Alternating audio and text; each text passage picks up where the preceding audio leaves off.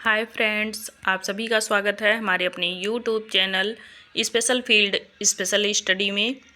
आज इस वीडियो में हम बात कर रहे होंगे स्पेशल एजुकेशन के अंतर्गत वीआई ट्रेड का फर्स्ट ईयर का थर्ड थ्योरी पेपर के बारे में, जो कि सब्जेक्ट है हमारा ईवीएस का।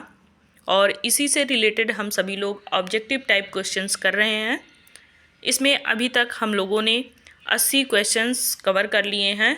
बाकी जो बच रहे हैं क्वेश्चन, वो सभी क्वेश्चन हम यहाँ पे आज इस वीडियो में फाइनल करेंगे। तो चलिए शुरू करते हैं। 81 जो क्वेश्चन है हमारा, वो क्या कह रहा है और उसके ऑप्शंस क्या हैं, ये सभी हम जानेंगे।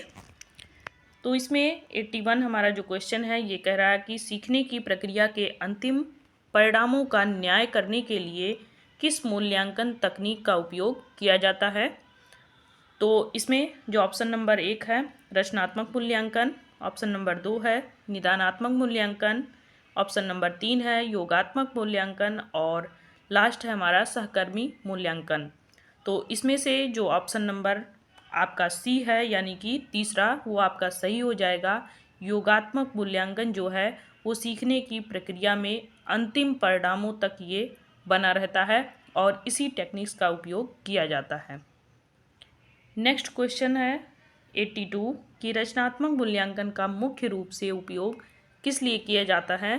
तो इसके लिए जो ऑप्शंस दिए गए हैं वो हैं कि अवधि के अंत में छात्रों को ग्रेड देना। तो बिल्कुल गलत है, क्योंकि आप लोगों को इससे पहले वीडियो में काफ़ी क्वेश्चंस में ये देखने को मिला है, ग्रेड दे करके बच्चों को यहाँ पे मूल्यांकन नहीं किया जाता है। दूसरा है निरंतर प्रतिक्रिया प्रदान करने के लिए छात्र के सीखने की निगरानी करना, शिक्षकों के प्रदर्शन का मूल्यांकन करना, स्कूल के बुनियादी ढांचे का आकलन करना। तो इसमें जो आपका ऑप्शन नंबर बी है निरंतर प्रतिक्रिया प्रदान करने के लिए छात्र के सीखने की निगरानी करना, कि छात्र क्या कुछ सीख पा रहा है और क्या वो सीख नहीं पा रहा है। नेक्स्ट है क्वेश्चन नंबर 83 कि निम्नलिखित में से कौन सी योगात्मक मूल्यांकन की एक प्रमुख विशेषता होती है। तो इसके लिए जो ऑप्शंस दिए गए हैं, ये ऑप्शन है कि यह नियमित अंतराल पर आयोजित किया जाता है, ये भी आपका गलत हो जाएगा। यह सुधार के लिए तत्काल प्रतिक्रिया प्रदान करता है, तो ऐसा नहीं है। इसमें सहकर्मी मूल्यांकन शामिल होता है, तो यह भी गलत है। इसका ऑप्शन नंबर सी सही हो जाएगा। यह पाठ्यक्रम के अंत में संचयी ज्ञान का आकलन करता है, कि बालक कितना कुछ सीख रखा है, उन सभी चीज़ों का यहाँ पे एनालिसिस किया जाता है। नेक्स्ट है क्वेश्चन नंबर 84 कि सतत और व्यापक मूल्यांकन CCE पर ध्यान केंद्रित करता है। तो इसका आंसर हो जाएगा, तो इसका जो ऑप्शन दिए गए हैं वो हैं कि केवल शैक्षणिक विकास, तो ये भी गलत होगा। केवल सह पाठ्यक्रम गतिविधियाँ, यह भी गलत होगा। शैक्षणिक और सह पाठ्यक्रम विकास दोनों, तो ये आपका सही हो जाएगा। दोनों चीज़ों को यहाँ पे उपयोग में लाया जाता है, क्योंकि शैक्षणिक विकास भी जरूरी है, उसके साथ में विभिन्न प्रकार की पढ़ने से संबंधित एक्टिविटी भी जरूरी होती है। अगला क्वेश्चन नंबर 85 है कि दृष्टिबाधित छात्रों के लिए मूल्यांकन डिजाइन करते समय यह महत्वपूर्ण है कि केवल बहुविकल्पीय प्रश्नों का उपयोग करें। दूसरा है ब्रेल या ऑडियो प्रारूप में सामग्री प्रदान करें। तीसरा है सभी दृश्य सामग्री को हटा दें, या दृष्टिबाधित छात्रों के लिए समान सामग्री का उपयोग करें। तो इसमें से जो ऑप्शन नंबर बी है आपका कि दृष्टिबाधित छात्रों के लिए जो मूल्यांकन डिजाइन करते हैं, तो इसमें सबसे महत्वपूर्ण ये होता है कि जो ब्रेल है या ऑडियो प्रारूप है, इनकी सभी सामग्रियों का यहाँ पे उपयोग किया जाए। अगला क्वेश्चन है 86 कि परीक्षा के दौरान दृष्टिबाधित छात्रों के लिए एक प्रभावी अनुकूलन क्या हो सकता है। तो प्रश्नों की संख्या कम करके, तो बिल्कुल भी नहीं है। पूरा करने के लिए अतिरिक्त समय देना, या कंट्रास्ट के लिए रंगीन पेपर का उपयोग करना, तो यह भी गलत होगा। केवल मौखिक परीक्षा का उपयोग करना, तो यह भी गलत होगा। आपका जो ऑप्शन नंबर बी है वो आपका सही हो जाएगा। ऑप्शन नंबर बी है आपका पूरा करने के लिए अतिरिक्त समय देना, क्योंकि ऐसे बच्चे जो होते हैं वो देखने में सक्षम नहीं होते हैं, उनकी एक्टिविटी बहुत धीमी होती है सामान्य बच्चों की अपेक्षा, तो उनको अतिरिक्त समय दिया जाता है। वैसे इन बच्चों को और भी आगे चल कर के पेपर वगैरह देने में भी इनको 40 मिनट का लगभग अतिरिक्त समय दिया जाता है। नेक्स्ट क्वेश्चन है 87 कि सामाजिक विज्ञान में दृष्टिबाधित छात्रों के मूल्यांकन के लिए निम्न में से कौन सी टेक्निक्स अपनाई जाती है। तो पहला है मौखिक प्रस्तुतियाँ, दूसरा है केवल लिखित, तीसरा है स्क्रीनिंग पर बहुविकल्पीय प्रश्न और लास्ट है चित्र आधारित मूल्यांकन। तो यहाँ पे जो मौखिक है प्रस्तुतियाँ ये सबसे ज़्यादा प्रभावी माना जाता है और इसी टेक्निक को यहाँ पे यूज किया जाता है, क्योंकि दृष्टिबाधित बच्चे देखने में तो बिल्कुल भी सक्षम नहीं होते हैं कोई भी चीज़, और उनको स्पर्श के माध्यम से या समझा सकते हैं या फिर उनको हम मौखिक सारी चीज़ें व्याख्यान के रूप में भी बता सकते हैं। नेक्स्ट है 88 क्वेश्चन कि शिक्षक द्वारा बनाए गए परीक्षण को डिजाइन करने में पहला कदम है। तो परीक्षण आइटम तैयार करना या परीक्षण के उद्देश्यों को निर्धारित करना या परीक्षण के प्रकार का चयन करना या परिणामों का विश्लेषण करना। तो यहाँ पे जो ऑप्शन नंबर बी है इसके उद्देश्य को निर्धारित करना, यानी कि परीक्षण का उद्देश्य क्या है इसको आप पूर्व में ही निर्धारित कर लीजिए। नेक्स्ट है क्वेश्चन नंबर 89 कि दृष्टिबाधित छात्रों के लिए एक परीक्षण बनाने में सबसे महत्वपूर्ण क्या होता है। तो ऐसे बच्चों के लिए सबसे ज़्यादा जो स्पर्श वाली सामग्री होती है उसको शामिल किया जाए, स्पर्शनीय सामग्रियों को इसमें विशेष तौर पे महत्व दिया जाए।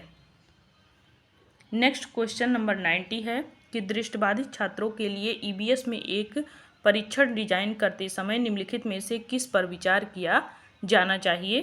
तो इसके लिए जो हमारा ऑप्शंस है वो है कि जटिल आरेखों का उपयोग करना या बड़े प्रिंट में प्रश्न प्रदान करना, केवल सत्य असत्य प्रश्नों को शामिल करना या फिर मानक दृश्य पाठ्यपुस्तकों का उपयोग करना।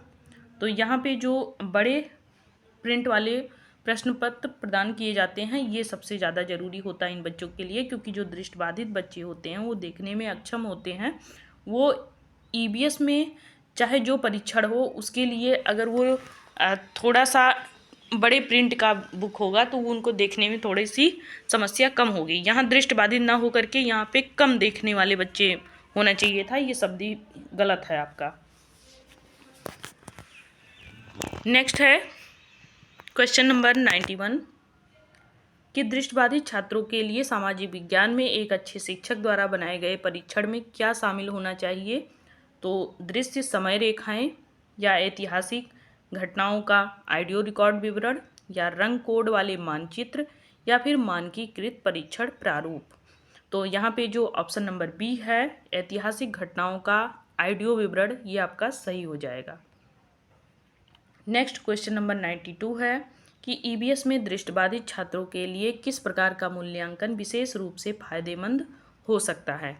तो ऑप्शन नंबर ए है मौखिक व्याख्या के साथ व्यवहारिक प्रयोग या फिर केवल लिखित रिपोर्ट या फिर चित्र आधारित मूल्यांकन या सहकर्मी समीक्षित परियोजनाएं। तो इसमें से जो सही ऑप्शन होगा वो मौखिक व्याख्या या फिर उनका जो व्यवहारिक प्रयोग या एक्टिविटी होती है वो इसको शामिल किया जाता है, ये इनके लिए काफ़ी हेल्पफुल रहता है। नेक्स्ट क्वेश्चन नंबर 93 है कि दृष्टिबाधित छात्रों के लिए मूल्यांकन समायोजित करते समय क्या सहायक होना चाहिए। तो इसमें आपका ऑप्शन नंबर ए है लिखित प्रारूप में सभी निर्देश का पालन करें, गलत हो जाएगा। मल्टीमीडिया संसाधनों का उपयोग करें, तो ये आपका ऑप्शन नंबर बी सही होगा। बाकी पाठ्यक्रम की परवाह किए बिना सामग्री को सरल बनाना ये गलत है। दृष्टिबाधित छात्रों के समान ही परीक्षण दें लेकिन अधिक उदारता से ग्रेड दें, तो ये गलत है। अधिक उदारता नहीं दिखानी है, यहाँ पे बच्चों के स्किल्स को यहाँ पे डेवलप करना है। नेक्स्ट है क्वेश्चन नंबर 94 कि दृष्टिबाधित छात्रों के लिए सतत मूल्यांकन में आदर्श रूप से शामिल क्या होना चाहिए। तो केवल मौखिक प्रश्नोत्तरी या नियमित प्रतिक्रिया सत्र या वार्षिक परीक्षण या दृश्य आधारित परियोजनाएं। तो इसमें से जो आपका ऑप्शन होगा वो होगा नियमित प्रतिक्रिया सत्र। नेक्स्ट है और लास्ट है आपका ये, दृष्टिबाधित छात्रों के मूल्यांकन में सहायक प्रौद्योगिकी का उपयोग कैसे कर सकते हैं।